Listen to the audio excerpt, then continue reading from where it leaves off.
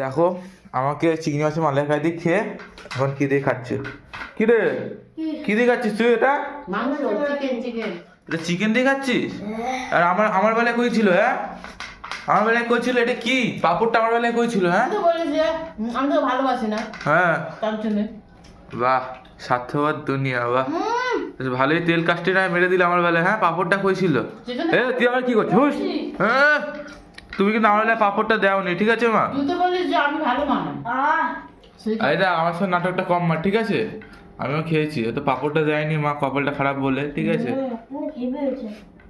আবার এক কথা বারবার বলে, বুঝেছি ভালো হয়েছে, ঠিক আছে?